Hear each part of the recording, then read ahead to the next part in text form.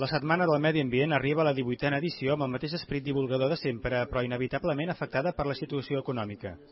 I és que l'aportació de l'Ajuntament s'ha dividit per 4 i ha passat dels 40.000 euros de l'any passat als 10.000 d'ara. La reducció ha afectat sobretot el material de difusió i comunicació, però també les infraestructures que s'han de muntar per les activitats.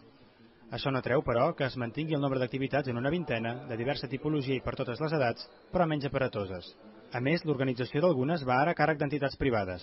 Aprofitar que el dia 5 de juny és el Dia Mundial del Medi Ambient i al voltant d'aquest Dia Mundial del Medi Ambient configurem una setmana de medi ambient que vol ser això, un moment dins del calendari de l'any, posem una data, per parar-nos una mica i per fer aquesta reflexió col·lectiva, un moment de referència.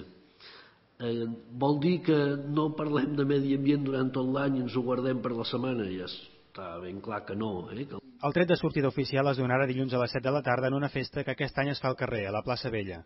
Abans, aquest mateix cap de setmana, hi haurà una passejada popular en bicicleta de muntanya i una sortida a peu per les foradades i el llac Petit. Durant la setmana es programaran tallers, projeccions de cinema, sortides i conferències. La cloenda serà diumenge 7 de juny amb la Festa del Medi Ambient al Parc de Vallparadís. Coincidint també amb el Dia del Medi Ambient, el 5 de juny, el vestíbul de l'Arxiu Històric Comarcal acollirà des d'aquest mateix divendres i fins al 12 de juny l'exposició del 5è concurs fotogràfic Vallès Natural.